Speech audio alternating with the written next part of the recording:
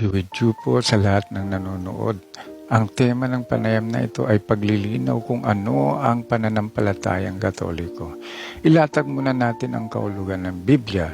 Sa Hebreo 11:1, ang pananampalataya ay katiyakan na mangyayari ang ating inaasahan at paninindigan tungkol sa mga bagay na di nakikita. Bilang susog ayon sa CCC number 150, faith is the free assent of the whole truth that God has revealed. Assent here means buong pagsang-ayon at pagtanggap sa kanyang mga salita sapagkat ito ay buong katotohanan at walang halong kasinungalingan. Pinatunayan mismo ng Panginoon ito nang sinabi niyang siya ang daan, ang katotohanan at ang buhay. Ang common denominator dito ay walang iba kundi ang elemento ng trust and confidence. Bakit mahalaga ang attitude na ito? Number 1, sapagkat ang Diyos ay di tayo bibiguin dahil di siya nagbabago.